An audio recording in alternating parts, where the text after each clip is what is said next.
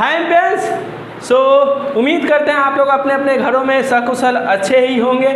ठीक है, हम लोग भी बहुत अच्छे ही हैं। ठीक है, हम लोग जो हिंदी का पढ़ रहे थे, हिंदी का हम लोग का जो चैप्टर चल रहा था निबंध धूमकेतु, ठीक है, गुणाकार मूल्य द्वारा रचित, उसी के बारे में हम लोग पढ़ेंगे। और आज का वीडियो जो होगा वो चैप्टर का रीडिंग का लास्ट वीडियो होगा। उसके बाद हम लोग इसका क्वेश्चन प्रैक्टिस करेंगे। ठीक है, अभी तक हम लोग ने 3 वीडियो इस चैप्टर पे बना चुके हैं। अगर आप लोगों ने नहीं देखा है तो इस चैप्टर का डिस्क्रिप्शन को ले, वहाँ पे इस चैप्टर का प्लेलिस्ट का लिंक मिलेगा, उसके थ्रू आप जाके पहले 3 वीडियो देख लीजिए, उसके बाद ही ये आपको समझ में आएगा। ठीक है, इससे पहले हम लोगों ने पढ़ा था, इससे तो 3rd नंबर वीडियो गया था, उसमें हम लोगों ने पढ़ा था कि जो धूमकेतु होता है उसकी रचना कैसी होती है, सिर, नाभिक, पूंछ क्या होता है, और बहुत छोटे अंडाकार कक्ष में सूर्य की परिक्रमा करने वाले धूमकेतु, मतलब जो बियला का धूमकेतु जो बहुत नज़दीक से सूर्य की परिक्रमा करते हैं, वो धूमकेतु सूर्य के ताप और गर्मी के कारण क्या हो जाते हैं, बहुत जल्दी नष्ट हो जाते हैं। और नष्ट होकर क्या करते हैं, टुकड़ों के रूप में पृथ्वी की तरफ या अंतरिक्ष में घूमते रहते हैं। और ये जब पृथ्वी के नज़दीक से गुजरते हैं तो इनमें आग लग जाता है, जिसमें हम लोग क्या बोलते हैं, इनको उल्का बोलते हैं। तो इतना तो हम लोग को समझ में आ गया कि कहीं पे भी तुमको उल्का या उल्का पिंड या उल्काओं की वर्षा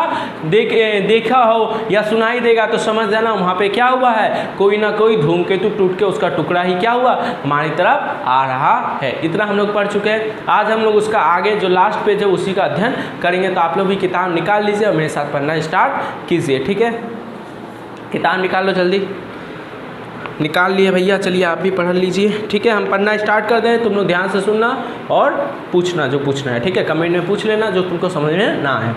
सभी धूमकेतु नज़दीक से सूर्य की परिक्रमा नहीं करते हैं। जैसा तुमको पता है बहुत सारे धूमकेतु जो सूर्य की परिक्रमा करते रहते हैं। कुछ धूमकेतु जैसे बियला का जैसे जो धूमकेतु वो बहुत नज़दीक से क्या करता है, सूर्य की परिक्रमा करते हैं। लेकिन सभी जो धूमकेतु है वो सूर्य की परिक्रमा बहुत नज़दीक से नहीं करते। तुम देख सकता है, ग्रहों से देख सकता है, ये जो बुध ग्रह है वो क्या करता है, बहुत नज़दीक से सूर्य की परिक्रमा करते हैं। लेकिन ये नेपच्यून ग्रह बहुत दूर से सूर्य की परिक्रमा करते हैं। तो उसी प्रकार धूमकेतु भी क्या होता है, कुछ धूमकेतु बहुत नज़दीक से सूर्य की परिक्रमा करते हैं जैसे बियला का धूमकेतु, और कुछ धूमकेतु बहुत दूर से सूर्य की परिक्रमा करते हैं जैसे हेली का धूमकेतु। बहुत से धूमकेतु बृहस्पति, शनि, यूरेनस, नेपच्यून व प्लूटो ग्रहों के परे से चक्कर लगाकर लौटते हैं। कुछ हजारों साल बाद लौटते हैं। लेकिन एक बात निश्चित है कि ये सारे धूमकेतु हमारे सौरमंडल के ही सदस्य, इसलिए यह स्पष्ट हो जाता है कि जहाँ तक धूमकेतु जाते हैं वहाँ तक सौरमंडल का विस्तार हुआ है।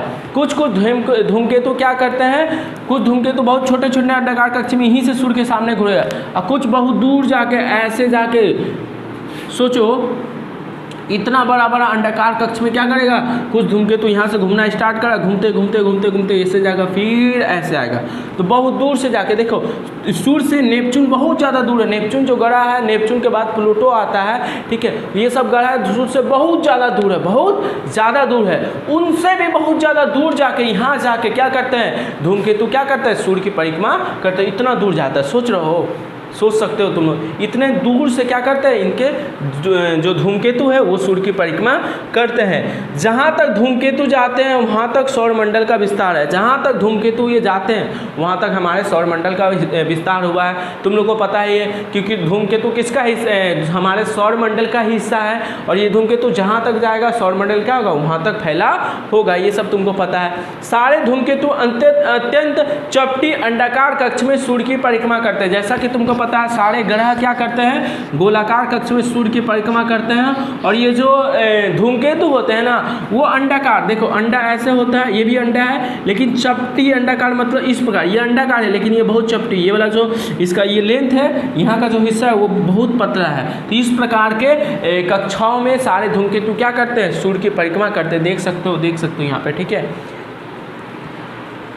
कभी कभी कोई धूमकेतु किसी बाहरी पिंड के प्रभाव से अपनी कक्षा बदल देता है, तब यह धूमकेतु सौरमंडल को छोड़कर बाहरी अंतरिक्ष में भी निकल जाता है। कभी कभी कोई समझ लो ये धूमकेतु जा रहा है यहाँ तक आया, कोई बहुत बड़ा पत्थर इसके सामने आ जाएगा, बहुत बड़े बड़े पिंड इसके सामने आ जाएगा, ये धूमकेतु इसकी तरफ भागने लगेगा तो ये अपना कक्षा को क्या कर देगा, छोड़ देगा। फिर इधर से जाकर धूमकेतु सूर्य की परिक्रमा करने लगते हैं। और कुछ धूमकेतु इतनी तीव्र गति से रहते हैं कि किसी बाहरी पिंड के प्रभाव मतलब देखो, अब बाहरी पिंड मतलब बहुत बड़े बड़े पत्थर। अब तुमको पता है गुरुत्वाकर्षण शक्ति गुरुत्वाकर्षण, जैसे पृथ्वी किसी भी चीज़ को पृथ्वी जो है अपनी तरफ खींचता है, उसी पर जो बड़े बड़े पत्थर होंगे ये धूमकेतु को अपनी तरफ खींचेंगे, और धूमकेतु को अपनी तरफ खींचेंगे तो ये धूमकेतु क्या करते थे, इस पथ से सूर्य की परिक्रमा करते थे, ये थोड़ा आगे चल जाएंगे और इस पथ से क्या करेंगे, सूर्य की परिक्रमा करने लगेंगे। और कुछ धूमकेतु तो ये जो जहाँ तक हमारा सौरमंडल है उसको छोड़कर अंतरिक्ष में कहीं दूर चल जाएंगे, इतने दूर चल जाएंगे कि हमको पता भी नहीं चलेगा कहाँ चल गए। ये धूमकेतु इन कक्षाओं को छोड़कर क्या होता है, बहुत दूर निकल जाते हैं। ये सब गुरुत्वाकर्षण शक्ति के कारण होता है। तुम लोग आगे चल के पढ़ोगे गुरुत्वाकर्षण शक्ति के बारे में तो तुमको ये सब डिटेल में और अच्छे से पता चलेगा, ठीक है। बाहरी अंतरिक्ष में मतलब आकाश में कहीं खो जाते हैं, हमको इन कक्षाओं में हमारे आसपास दिखाई नहीं देते हैं, ठीक है। धूमकेतु की रचना के बारे में अभी बहुत सी बातें अज्ञे हैं। धूमकेतु पूछों से हमारे पृथ्वी गुजर सकती है पर उसकी धरती पर कोई असर नहीं होगा, ठीक है। ऐसे धूमकेतु किसी धूमकेतु के पृथ्वी से टकरा जाने की संभावना नहीं के बराबर, इसलिए इन धूमकेतु से डरने की बात नहीं है। धूमकेतु का जो पूछ होता है वो किससे बना होता है, धूल कण मिट्टी से बना होता है, ठीक है। जब धूमकेतु ऐसे घूमेगा तो उसका पूंछ ऐसा रहेगा, तो पूंछ क्या हो सकता है, पृथ्वी के ऐसे पृथ्वी के बहुत सामने से उसकी पूंछ क्या होती है, गुजर सकती है। देखो धूमकेतु कैसे घूमता है, ऐसे घूमता है ना, मतलब ऐसे घूमे तो मुंडी इधर रहेगा तो पूंछ तो इधर ही रहेगा ना।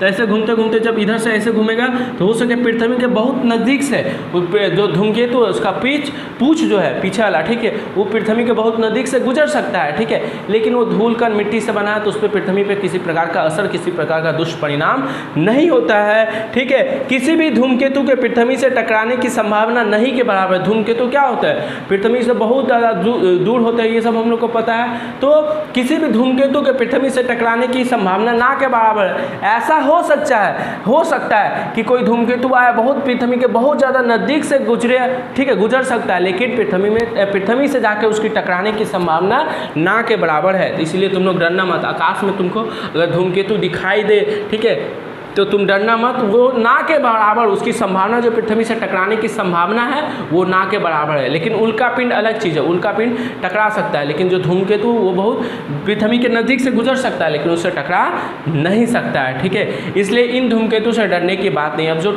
वो टकरा ही नहीं सकता पृथ्वी से, उसकी संभावना ना के बराबर, तो उससे डरेंगे नहीं, हम लोग नहीं डरेंगे। कौन डरता है धूमकेतु से, हम लोग तो ऐसे भी नहीं डरते थे, ठीक है। तुम लोग को पता ही नहीं था धूमकेतु क्या होता था, डरेगा क्या, ठीक है।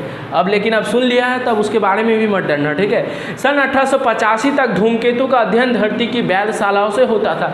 जैसे हम लोग का भारत का इसरो है, ठीक है, अमेरिका का क्या है, नासा, ये सब क्या है, अंतरिक्ष एजेंसी, अंतरिक्ष संस्था है, जहाँ से क्या होता है अंतरिक्ष बहुत प्रकार के मशीन बनाए जाते हैं। जैसे अभी हम लोग देखे थे थोड़ा समय पहले, 2-3 साल पहले, क्या मंगलयान, चंद्रयान, ये सब क्या हुआ, ये सब हमारे भारत में जो इसरो है संस्था, ठीक है, वो जो अंतरिक्ष यान एजेंसी है, वहाँ से क्या होता है विभिन्न प्रकार के यंत्र मशीनें भेजे जाते हैं, यान बनाई जाती है, जो क्या करते हैं ग्रह उपग्रहों के पास जाते हैं और उसके बारे में अध्ययन करते हैं। उसी को हम क्या बोलेंगे, वेधशाला। वेधशाला मतलब वो डॉक्टर वाला वेधशाला नहीं, वेधशाला मतलब वहाँ पे संस्था, ऐसा जगह पे जहाँ पे अंतरिक्ष के बारे में मशीन इसरो जैसा है, नाम सुना होगा, उस टाइप का जो ये होगा, कंपनी होगा, एजेंसी होगा, जो क्या भेजेगा अपने अपने यान ग्रह उपग्रहों के पास भेजेगा, उन्हीं को बोलेंगे वेधशाला, ठीक है।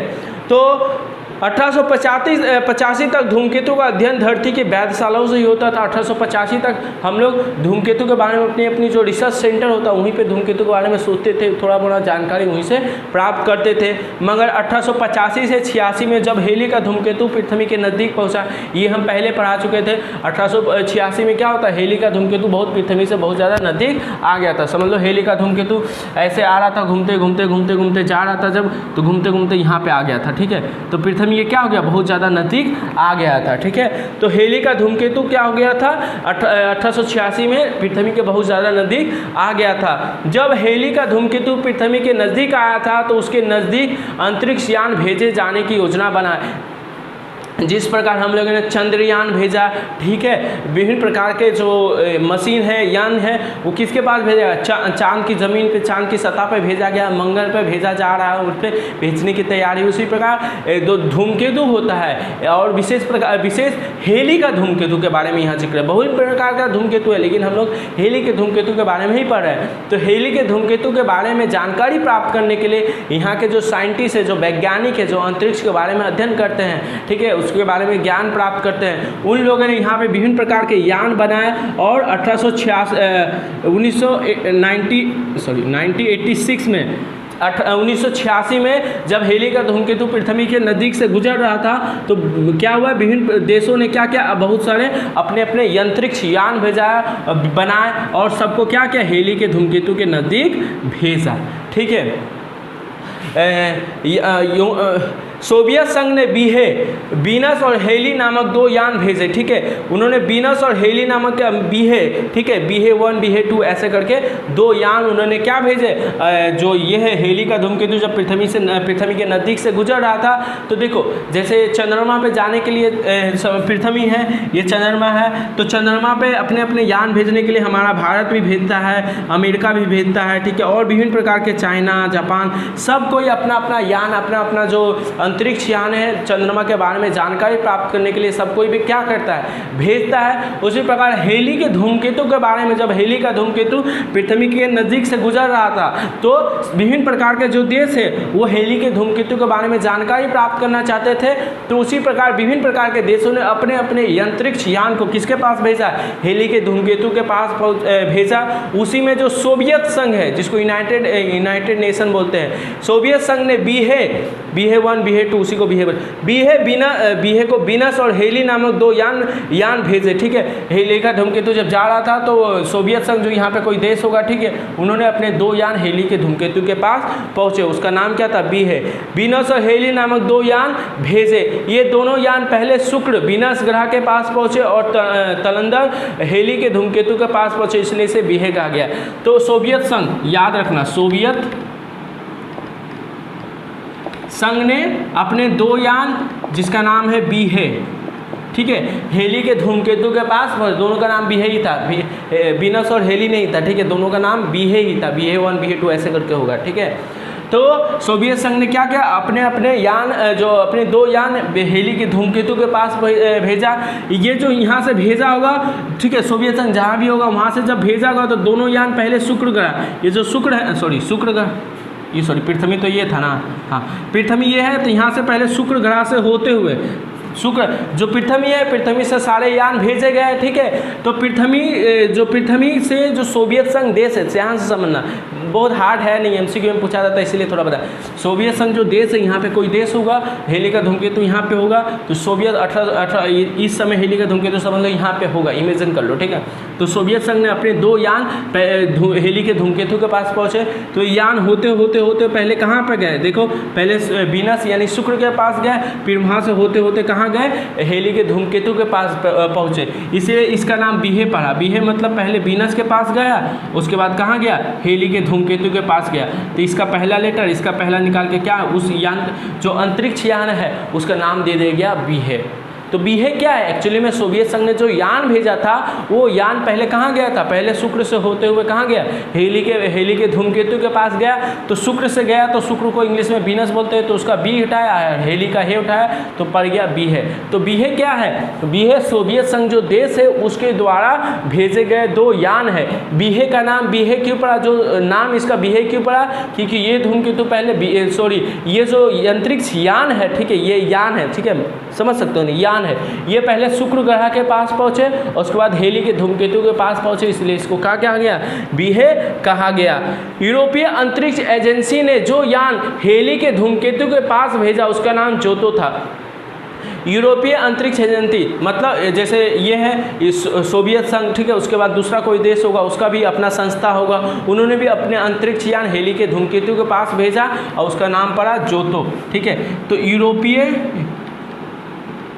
यूरोपीय देशों ने जो अपने अंतरिक्ष यान, एक ही अंतरिक्ष यान जोतो नामक अंतरिक्ष यान किसके पास भेजा, हेली के धूमकेतु के पास भेजा। ठीक है, जापान ने भी अपने 2 यान हेली के नज़दीक भेजे, और जापान जो देश है उसने भी क्या किया, अपने 2 यान हेली के नज़दीक भेजे। कब, इस समय जब हेली का धूमकेतु पृथ्वी से इधर से गुजर रहा था तो 3 देशों ने, सोवियत संघ, यूरोप और जापान, तीनों ने क्या किया, अपने अपने अंतरिक्ष यान हेली के धूमकेतु के पास भेजे। ठीक है, है। धरती से भेजे गए ये स्वचालित यान मार्च 1986 में उस वक्त हेली के धूमकेतु के पास पहुंचे जब वह वापस लौट रहे थे। ठीक है, अब यहाँ से देखो समय तो लगेगा, यहाँ से यहाँ जाने में कुछ तो कुछ समय लगेगा। ठीक है, ये तो तुमको यहाँ छोटा लग रहा है, लेकिन वहाँ तो करोड़ों लाखों किलोमीटर का दूरी लगेगा आसमान में। ठीक है, यहाँ तो छोटा लग रहा होगा तुमको, यहाँ से यहाँ जाना है, लेकिन वहाँ तो रियल में समझ ही सकते हो।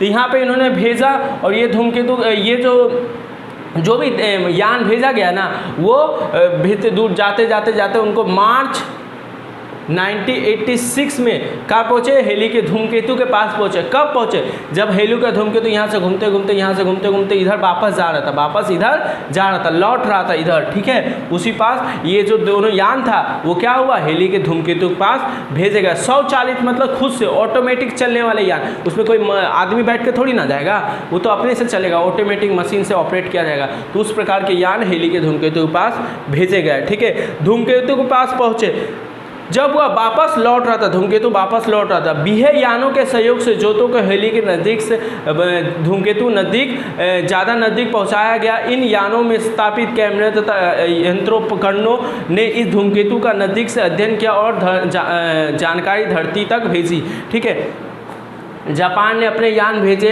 यूरोप देश ने अपने यान भेजे, और जो सोवियत संघ ने, इन्होंने क्या किया, अपने यान 1986 में हेली के धूमकेतु के पास भेजा। ठीक है, लेकिन क्या हुआ, जो जोतो था, जो यूरोप के द्वारा जो भेजा गया यान था, वो उसको पृथ्वी, देखो अब कोई आदमी है, ठीक है, अब कोई आदमी है, उसके अंदर वहाँ तक जाने की कैपेसिटी नहीं है, तो दूसरा आदमी उसको क्या होगा, उठा के थोड़ा सहयोग करके उसको वहाँ तक लेके जाएगा।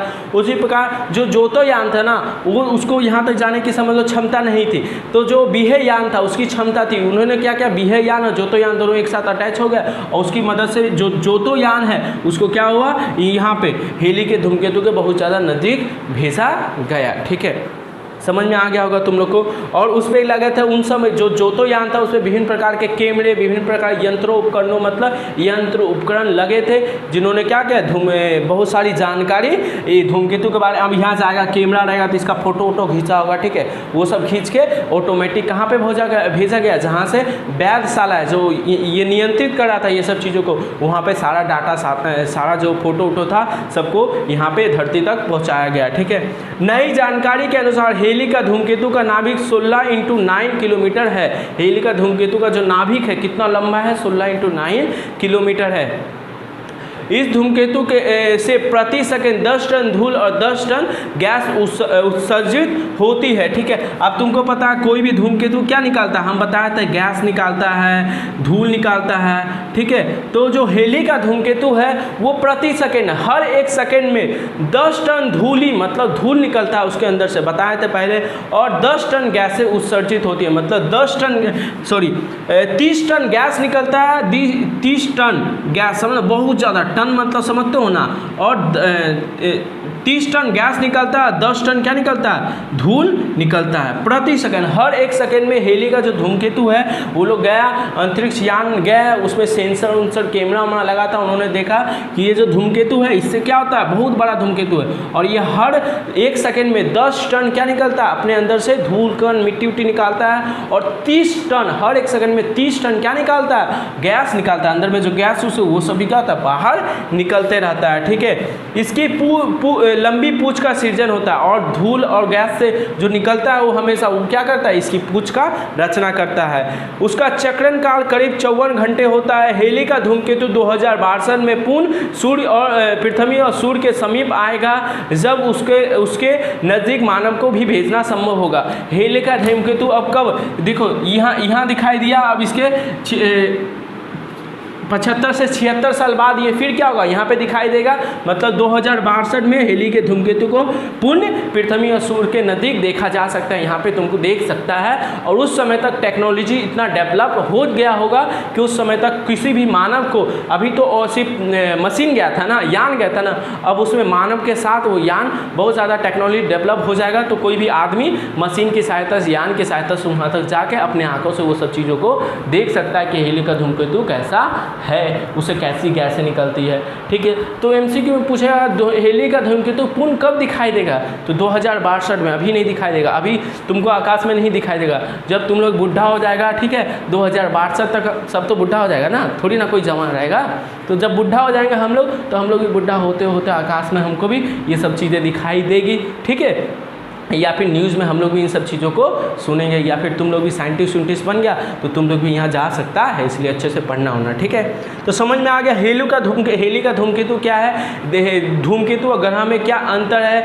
आई होप तुमको समझ में आ गया होगा हेली का धूमकेतु कैसे बनता है। बहुत बड़ा पत्थर पहाड़ आता है, सॉरी बहुत बड़ा धूलकण मिट्टी गैस से बना हुआ रहता है, ठीक है, बर्फ से बना होता है, बहुत बड़ा पत्थर का आकार ले रहता है, उससे हमेशा क्या निकलती है, गैसें धूलकण निकलती रहती है, ठीक है। देख सकते हो हर 1 सेकंड में 30 टन गैस निकलता है और 10 टन धूल निकलता है, और ये सब चीज़ें क्या करती है, धूमकेतु का पुंज बनाती है। तो ये सब नई जानकारी थी जो अभी तक हम लोग यहाँ पृथ्वी से सूर्य के बारे में, धूमकेतु के बारे में पढ़ रहे थे, और फिर विभिन्न प्रकार के यान उसके पास भेजे गए तो कुछ और नई जानकारी मिली। फिर विभिन्न प्रकार के जब 2062 में आएगा, हो सके हम लोग कुछ और उसके पास भेजे तो हमें और जानकारी मिलेगी। समझ में आ गया होगा तुम लोग को। तो ये है धूमकेतु। धूमकेतु क्या है, धूमकेतु ना तो ग्रह है और ना ही उल्का है। धूमकेतु क्या है, पत्थर भी नहीं है, वो क्या है, गैस, धूलकण, छोटे छोटे कंकड़ पत्थर, जलवाष्प, इन सब चीज़ों को मिला के धूमकेतु बना होता है, बहुत विशाल होता है। उन सब चीज़ों से हमेशा गैसें निकलती रहती है जो सूर्य की परिक्रमा करती है। कोई नज़दीक से सूर्य की परिक्रमा करता है, बहुत दूर जाके कोई सूर्य की परिक्रमा करता है। जो बहुत दूर जाके सूर्य की परिक्रमा करेगा वो नष्ट नहीं होगा, जो नज़दीक से सूर्य की परिक्रमा करेगा वो क्या हो जाएगा, नष्ट हो जाएगा। तो आशा उम्मीद करते हैं कि तुम लोग को समझ में आ गया होगा। ये नहीं कि हम 4 वीडियो में ख़त्म कर दिए, तो तुम लोग या 2-3 बार इसको पढ़ो, तुमको और अच्छे से क्लियर हो जाएगा। कुछ चीज़ें थी जो इमेजिन करने वाली चीज़ें थी, हो सके हम उसको अच्छे से समझा नहीं पाए होंगे, समझ सकते हो ना, कुछ ऐसे घूमेगा, तो उन सब चीज़ों को तुमको खुद से पढ़ना पड़ेगा और तुम खुद से क्लियर हो जाएगा, ठीक है। समझ में आ गया होगा तुम लोग को, ठीक है। और इसका जो MCQ क्वेश्चन होगा वो भी तुमको डिस्क्रिप्शन में लिंक मिलेगा, उसके थ्रू मिल जाएगा। और नेक्स्ट वीडियो जो आएगा हिंदी का, उसमें हम लोग इसका क्वेश्चन प्रैक्टिस करेंगे। तो उसके लिए 2-3 बार तुम लोग इस जो चैप्टर है 3 पेज का जो चैप्टर है उसको रीडिंग करके रखना, ये होमवर्क समझ लो। 2-3 बार, नेक्स्ट वीडियो कब आएगा हिंदी का, उससे पहले 2-3 बार इस चैप्टर को रीडिंग करके रखना, सारा वीडियो देख के रखना, ठीक है। फिर मिलते हैं नेक्स्ट वीडियो में।